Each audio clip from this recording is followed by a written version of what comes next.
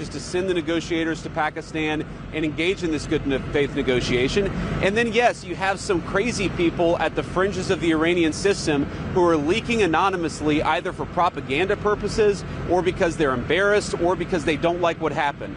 And the final point, when I say they don't like what happened, what we know is that the United States accomplished its military objectives. What we know is the United States could have imposed significant additional military and economic costs on Iran and still has the capacity to do so. But we thankfully at this point, I think, have a ceasefire, thanks to the leadership of the President of the United States.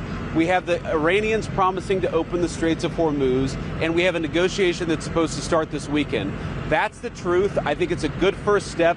We're going to see if we can make more progress here in the days to come. Can I ask you about Lebanon? Go ahead, yeah. Because there seems to be a disagreement about whether Lebanon was included in this proposal. And the Speaker of the Parliament, who you're going to sit across from the table from in Islamabad, has just said that he thinks negotiations would be unreasonable while that war is ongoing. So would you ask Israel to hold off strikes to allow some space for these talks? Well, first of all, I know there's been some conversations between the Israelis and the leadership of our country today. I haven't been involved in that because I've been busy doing stuff in Hungary. I'm actually supposed to get an update when I get on the plane. But let me say a couple things. First of all, I actually think, and there's a lot of bad faith negotiation and a lot of bad faith, propaganda going on.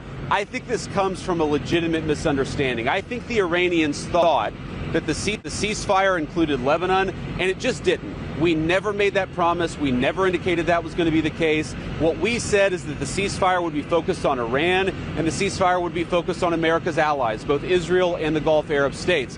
Now, that said, the Israelis, as I understand it, again, I'm supposed to get a fuller report when I get on the plane, have actually offered to be, frankly, to check themselves a little bit in Lebanon because they want to make sure that our negotiation is successful. That's not because that is part of the ceasefire. I think that's the Israelis trying to set us up for success, and we'll, of course, see how that unfolds in the next few days. But look, if Iran wants to let this negotiation fall apart in a conflict where they were getting hammered over Lebanon, which has nothing to do with them and which the United States never once said was part of the ceasefire, that's ultimately their choice. We think that would be dumb, but that's their choice. Mr. Vice President, Iran is continuing to block the Straits of Hormuz. Do you have an expectation of when that strait is going to be open? Well, we've already seen an increase in traffic today. Hopefully we'll see an increase in traffic tomorrow.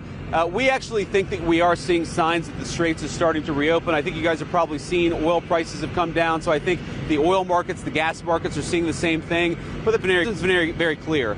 The deal is a ceasefire, a negotiation. That's what we give. And what they give is the Straits are going to be reopened. If we don't see that happening, the President is not going to abide by our terms if the Iranians are not abiding by their terms. Mr. Vice President, Caroline Leavitt said you played a key role in these talks. Could you help us understand some details about that role? And do you think your well-known opposition to foreign wars generally was a factor that made you a key player in this? Well, I appreciate Carolyn saying that. I mean, my key role was I sat on the phone a lot. I answered a lot of phone calls. I made a lot of phone calls. And again, I'm happy about where we are.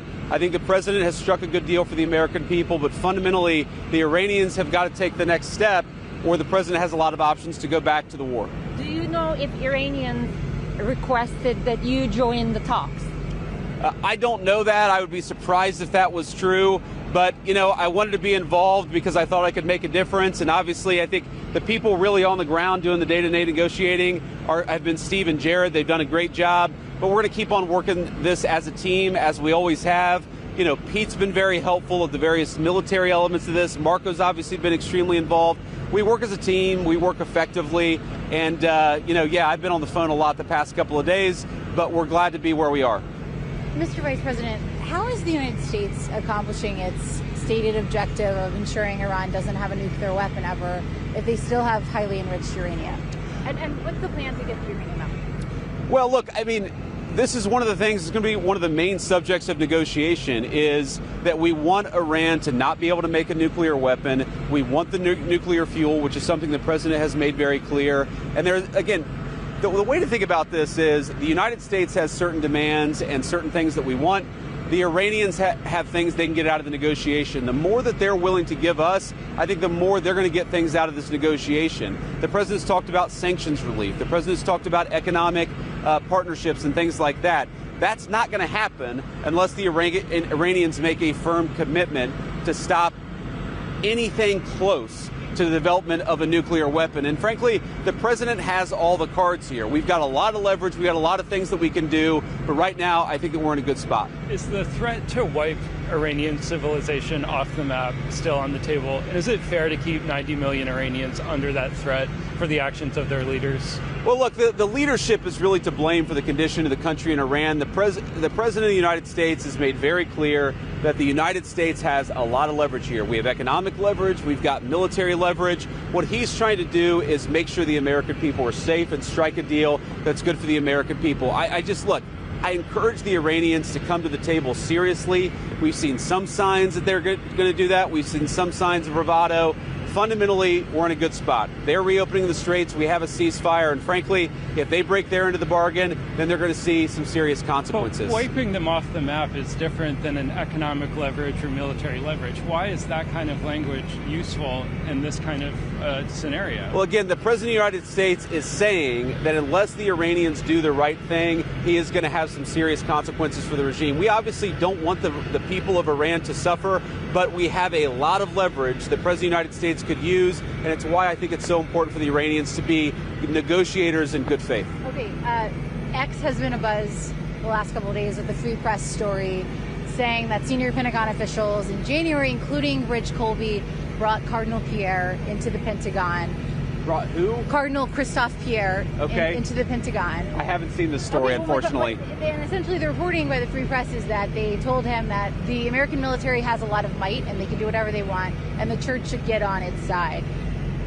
Does that message sound correct to you? Is that something you would sign off on? So one, I with no disrespect to the Cardinal, I don't know who Cardinal Christophe Pierre is. He's the ambassador to the Holy See and the U.S. Oh, okay. I've met him before. Sorry, I just didn't remember the name. I've never seen this reporting. I'd like to actually talk to Cardinal Christophe Pierre and, frankly, to our people to figure out what actually happened. I think it's always a bad idea to offer an opinion on stories that are unconfirmed and uncorroborated, so I'm not going to do that. Mr. Arthur, on the question of Iran's enriched uranium, do you see a scenario in which the administration may be willing to agree to allow Iran to continue enriching uranium for civilian nuclear purposes? Well, look, what the president has said is that we don't want Iran to have the capacity to build a nuclear weapon. The president's also said that we don't want Iran enriching towards a nuclear weapon, and we want Iran to give up the nuclear fuel. Those are going to be our demands during the negotiation. And again, we're going to see what the Iranians are willing to give up. If they make a good faith effort to actually give us the things that we need to have a successful negotiation for the security of the American people, I think there's a lot on the other end. If they don't give us what we need, then I think it's going to be bad. But I'm optimistic that the Iranians are going to be smart, that they're going to negotiate in good faith. And your negotiating partner in Iran, I know Kevin sort of asked about this already, but he essentially is saying that they're distrustful of the U.S. for, he tweeted out that 3 of the 10 points in the ceasefire framework have already been violated. They're distrustful of the U.S. What do you make of him tweeting that out before negotiations? So I thought it was interesting, actually, because I did see that tweet from Ghalibaf actually just a couple of minutes ago. And let me say a few things. First of all, he said that there are a few points of disagreement before the negotiation. Well, that must mean that there's a lot of points of agreement, because there's a 15-point plan floating around. There's a 10-point plan floating around. If he's frustrated about 3 issues, that actually means that there's a lot of agreement. That's point number 1. Point number 2, to respond to each of those issues, and I read it very closely, let me just say this. I actually wonder how good he is at understanding English, because there are things that he said that frankly didn't make sense in the context of the negotiations that we've had. But to address the 3 points, first of all, he talked about an attack that had allegedly happened on Iran and how that was a violation of the ceasefire. Ceasefires are always messy. An hour after the president announced the ceasefire, the Iranians launched a bunch of missiles. Then the Israelis responded. Then some of the Gulf Arab states responded. This is the nature of a ceasefire. No ceasefire ever goes without a little bit of choppiness. What we have been very clear about is that we want to stop the bombing. We want our allies to stop the bombing, and we want the Iranians to do the same thing. We're seeing evidence that things are going in the right direction, but it's going to take a little time. The second thing Ghalibaf said, which again I found fascinating, is he said, we refuse to give up the right to enrichment. And I thought to myself, you know what? My wife has the right to skydive, but she doesn't jump out of an airplane because she and I have an agreement that she's not going to do that because I don't want my wife jumping out of an airplane. We don't really concern ourselves with what they claim they have the right to do. We concern ourselves with what they actually do. And I think the president's been very clear on the enrichment question. Our position on that has not changed. And I think the third thing that he said was Lebanon. Okay, and again, I actually think that is a reasonable misunderstanding, but neither us nor the Israelis said that that was going to be part of the ceasefire. Again, we're working with people to try to get through some of these things, but it's really fundamentally, we're on the right track. We got a lot more to do. We got a lot more that the Iranians are going to have to accept as part of this negotiation, but I think we've got a strong hand and we're going to play it well. Thank you all.